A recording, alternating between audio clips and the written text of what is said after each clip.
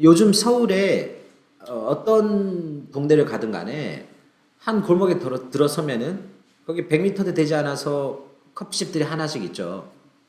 커피 이름도 너무 어려워져가지고 그냥 커피 하면 될 거를 무슨 뭐 you have 카페 라테, 프라푸치노, 카푸치노, 마키아토, 캐러멜 마키아토 너무 많잖아요 이름들도. 그래서 좀 어떻게 해서 그 커피들이 그런 이름을 가지게 되었는지 잠깐 좀 살펴볼까 합니다. 먼저 커피의 기원이 아프리카에서 왔다고 하네요. 아프리카에서 와서 뭐 정확한 어떤 경로인지는 저도 모르겠습니다. 따로 조사해 본 건 아니고요. 아프리카에 와서 이렇게 유럽으로 전해졌다고 하는데 유럽으로 전해질 때 거의 이태리를 통해서 거의 전해진 것 같아요. 이태리 또는 프랑스라든지 아니면 그 옆에 있는 저기 뭐 스페인이라든지 포르투갈 이런 나라들로 그러니까 한마디로 로맨틱 랭귀지 사용하는 나라들 한국말로 로망스어를 사용하는 나라들 좀 남쪽 지방 나라들에서 주로 많이 발달이 된 것 같고요. 그럼 그 나라들에서 주로 먹는 방식이 에스프레소 방식을 사용하죠. 여러분 다 아시잖아요. 에스프레소. 여기 커피를 갖다가 매우 잘게 갈아서 그거를 거기다 집어넣고 거기다가 막 압축시키죠. 커피 그라인드 자체를 압축시킨 다음에 그거를 꽉 꽂아 넣어 가지고 엄청난 압력의 물로 쏩니다. 엄청난 압력에 뜨거운 물을 쏴 가지고 빨리 뽑아내죠. 그래서 에스프레소라는 이름을 지은 것 같아요. 영어의 익스프레스라는 단어랑 같은 어원일 겁니다. 에스프레소 빨리 뽑아내는. 거기다가 이태리어니까 뒤에 O라든지 E라든지 E라든지 이런 걸로 끝나야 됩니다. 이태리어가 한국어랑 비슷한 점이 많죠. 그 대부분 다 모음으로 끝납니다. 이스프레스 이렇게 끝나지 않습니다. 이스프레시, 이스프레소, 이스프레사, 이스프레세 이렇게 끝날 수는 있겠지만 이스프레스로 끝나지는 않습니다. 어쨌든 그래서 에스프레소 오가 붙었죠. 에스프레소라고 하는데 그렇게 빨리 뽑아낸 커피 매우 진하죠. 그 커피를 갖다가 기반으로 하는 문화가 그것이 제가 좀 전에 말씀드린 이태리, 프랑스, 스페인 이쪽 나라들입니다. 네, 그걸 경계로 해서 위쪽에 있는 나라들, 북쪽에 있는 나라들은 브루드 커피라고 하는 한국에서는 드립 커피라고 하는 드립 커피라고 하죠. 왜 드립 커피라고 하는지 모르겠는데 드립 썰라? 어쨌든 그 브루드 커피라고 하는 중력을 이용해서 그냥 그라운드 커피를 위에다 올려놓고 뜨거운 물을 부어서 중력에 의해서 밑으로 떨어지게 만드는 시스템. 그걸로 하면 천천히 내려오긴 하죠. 하지만 훨씬 덜 진하죠. 에스프레소에 비해서는. 그리고 시간도 오래 걸리고요. 에스프레소에 비해서는요. 자, 그렇게 어쨌든 두 개 크게 커피 문화가 있는데 스타벅스로 시작된 그런 커피 전문점들의 세계 확대에 의해서 많이 먹는 것들은 우리가 많이 마시는 것들은 다들 이쪽 에스프레소를 기반으로 한 커피 음료입니다. 그래서 첫째, 일단 카페라는 말이 어디에서 왔는지부터 한번 알아봅시다. 카페란 말은 이게 스페인어도 카페이고요. 불어도 카페고 이태리어도 카페입니다. 근데 이태리어는 발음은 카페 똑같은데 F가 두 개 들어가죠. 어쨌든 그 세 나라에서 하나 온 말이겠죠. 그 말이 원래 커피를 뜻하는 말입니다. 커피. 그게 영어에서 커피로 변했을 뿐이지 실제로는 카페가 그 음료입니다. 음료. 내지는 커피 빈을 갖다가 원래 카페라고 불렀겠죠. 그걸 영어에서는 커피라고 바꿔서 부르게 된 거고요. 그렇게 됐는데 일단은 카페 아메리카노라는 말이 어떻게 나왔을지 제가 이 비디오를 찍기 전에 위키피디아를 한 번 더 확인해 봤습니다. 근데 그 확인하기 전에도 대충 제가 짐작만 하고 있었죠. 2차 세계대전 때 미군이 노르망디 상륙 작전은 다들 아시죠? 1944년 6월 6일에 프랑스의 노르망디라는 그쪽 해변에 미국, 영국, 캐나다군을 갖다가 중심으로 한 물론 프랑스군도 껴 있었지만 어쨌든 그 연합군이 그쪽 해안에 상륙 작전을 하면서 나치를 몰아내게 되죠. 그것만 기억하시는 분들 많은데요. 그거보다 사실 좀 앞선 게 맞을 겁니다. 며칠인가 앞섰을 겁니다. 며칠 후인가 전인가 모르겠는데 아마 며칠 전이 맞을 거예요. 이태리 쪽에도 상륙 작전이 시작됩니다. 그 당시에는 이태리에 무솔리니가 몰락하고 나니까 나치가 직접 이태리를 갖다 점령했습니다. 그래서 나치가 지키고 있었는데 거기에 실제로 처음으로 들어간 부대가 캐나다 부대였을 거예요. 미국 부대가 아니고. 그래서 어쨌든 거기에 상륙을 했는데 그래서 밀고 올라가죠. 또 이쪽 노르망디에서 또 밀고 올라가고 이태리 이쪽 전투를 갔다가 별로 잘 안 쳐주더라고요. 실제로 매우 큰 사건인데 어쨌든 이태리에도 많은 연합군이 상륙을 했습니다. 캐나다군, 미군이 많이 상륙을 했죠. 그래서 뭐 로마도 가고 했는데 혹시 이태리 여행 가보신 분들 아시겠지만 이태리 커피 진짜 진해요. 제가 진한 커피 좋아합니다. 정말 보통 한국 사람들이 야 이게 무슨 탕량이지 이게 커피야? 라는 수준의 커피를 마시는데요. 그런 제가 마셔봐도 진했습니다. 거의 미치고 팔딱 뛸 정도로 진하다는 얘기죠. 이태리 커피가. 정말 재밌는 건 이태리가 보통 두 개의 나라라고 하잖아요. 이태리 북부랑 이태리 남부가 너무 다른 나라 같다고. 북부는 진짜 프랑스랑 비슷하고 되게 좀 많이 발달돼 있고 막 이런데 남부 쪽은 완전 시골에다가 사람들 시민 의식도 많이 떨어지고 뭐 이런 얘기를 하는데 이태리 최북단에 가나 이태리 최남단에 가나 변하지 않는 딱 하나가 있습니다. 공통적으로 가지고 있는 거 그게 자신들의 커피입니다. 커피는 진짜 진합니다. 어쨌든 그런 커피를 미군한테 내놨겠죠. 미군이 커피 달라니까 당연히 그렇게 줬겠죠. 2차 세계대전 때.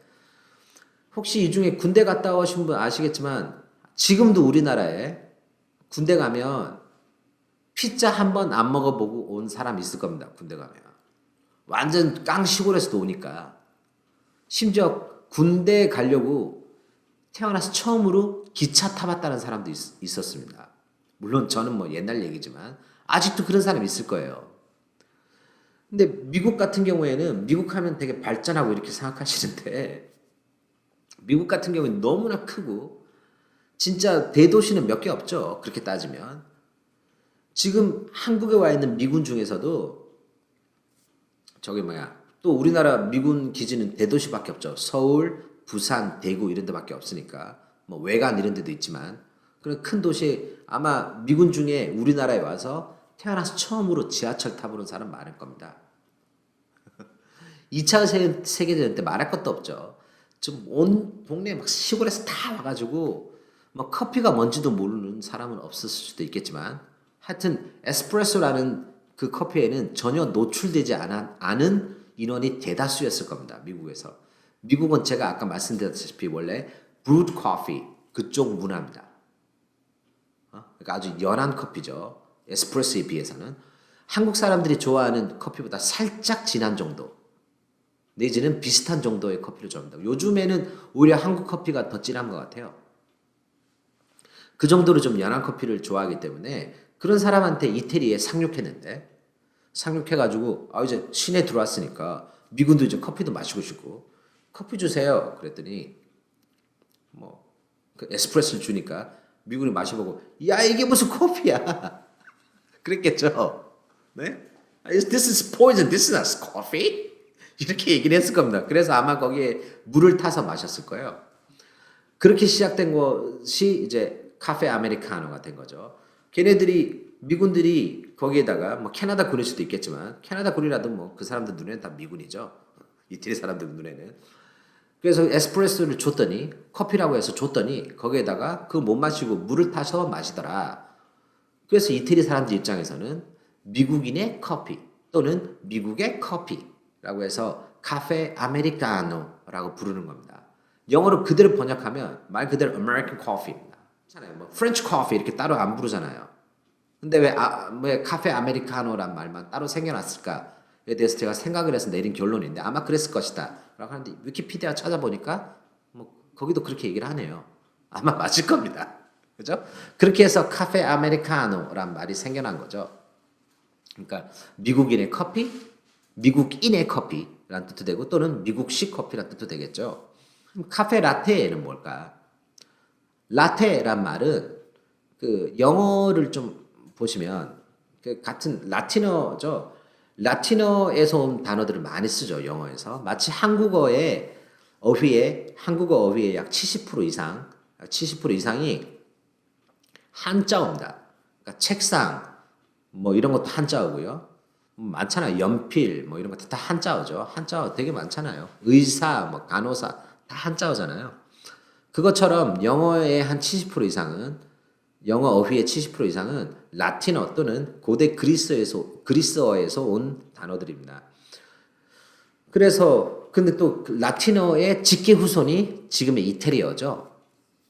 그래서 라테란 말은 영어의 lect란 말을 쓰지 않지만 영어 어휘를 보시면 lect라고 하면 그것이 milk의 뜻입니다. 우유라고 하는데 실제로는 우유가 아니라 유입니다. 유. 그러니까 젖. 동물이 뿜어내는 젖은 다 lact입니다. 그래서 lactose라고 하면 OSE가 붙으면 sugar의 뜻이 당의 뜻이 되죠. 그래서 lactose 하면 우리말로 젖당이라고 하고요. fructose라고 하면 과당이라고 하죠. 과일에서 온 당이라고 해서. 내지는 글루코스가 포도당입니다. OS가 붙으면 당이 됩니다. 그래서 lactose라고 하면 젖당. 다시 얘기해서 lact는 젖이죠, 젖. 또는 젖을 분비하다는 뜻으로 lactate라고 합니다. 영어로. 그래 어쨌든 lact란 말이 milk입니다. 그래서 이태리어의 라테가 milk입니다. 그래서 말 그대로 번역하면 milk coffee입니다. 카페 라테. 네. 실제로는 에스프레소 커피에다가 거기에다가 steamed milk를 갖다 집어넣고 그 위에다가 그 foam 있잖아요. 그 거품, 우유 거품을 갖다가 위에다 덮으면 그것이 카페 라테가 됩니다. 근데 똑같은 우유랑 커피가 들어가는데 브루된 커피에다가 드립된 커피에다가 드립 커피에다가 우유를 부으면 그 스팀드 밀크가 아니라 그냥 우유를 부으면 그건 그냥 밀크 커피죠. 그 영어로 밀크 커피라고 부릅니다. 그죠? 그것이 어쨌든 카페 라테의 정의가 됩니다. 다음에 카페 올레란 말도 있죠. 카페 올레 그것도 보시면 이건 불어죠. 불어로 coffee with 내지는 coffee in milk입니다. 그 late죠. L-A-I-T. 그러니까 late라고 읽고 lay라고 읽는데요. 프랑스 애들은 뭐 이런 거 뒤에 붙은 자음 안 읽으니까 그 late 이제 느낌이 오시나요? 이것도 milk의 뜻입니다. late. 그래서 카페 올레 하면 coffee with milk or coffee in milk 뭐 이런 뜻이 됩니다. 그게 뜻이 많기 때문에 전치사가. 어쨌든 그렇게 해서 카페 라떼란 말이 만들어졌고요. 카페 아메리카노라는 말이 만들어진 겁니다. 그 이외에는 뭐 카푸치노, 마키아토 이런 것들은 카푸치노라는 말은 어떻게 해서 만들어진 건지 전 모르겠고요. 솔직히 어원이 어떻게 되는지. 그 다음에 마키아토란 말도 어원이 어떻게 되는지 모르겠습니다. 근데 이런 것들은 전부 라테에서 살짝 다 변형된 것들입니다. 예를 들어서 카푸치노 같은 경우는 라테는 그 에스프레소에다가 그 스팀드 밀크 집어넣고요. 그 위에다가 거품, 폼을 갖다 깔았죠. 근데 이게 스팀 밀크가 이만큼이고 폼이 이만큼입니다. 그런데 카푸치노는 반대입니다. 스팀 밀크는 이만큼, 폼을 이만큼. 그 위에다가 향신료를 뿌리죠. 지금은 시나몬 보통 뿌리는데 그게 반드시 그 계피일 필요는 없습니다. 다른 거 뿌려도 뭐 카푸치노라고 하네요. 요새 카푸치노 잘 안 마시니까 마키아토는 아예 스팀한 그 우유를 갖다가 빼버리고 그건 아예 넣지 않고 위에 그 우유 거품만 까는 거. 그거 갖다 마키아토라고 합니다. 자, 이렇게 해서 기본적인 커피 이름이 어떻게 만들어졌는지 또는 그 커피가 무엇으로 구성되었는지 이해되셨기를 바랍니다.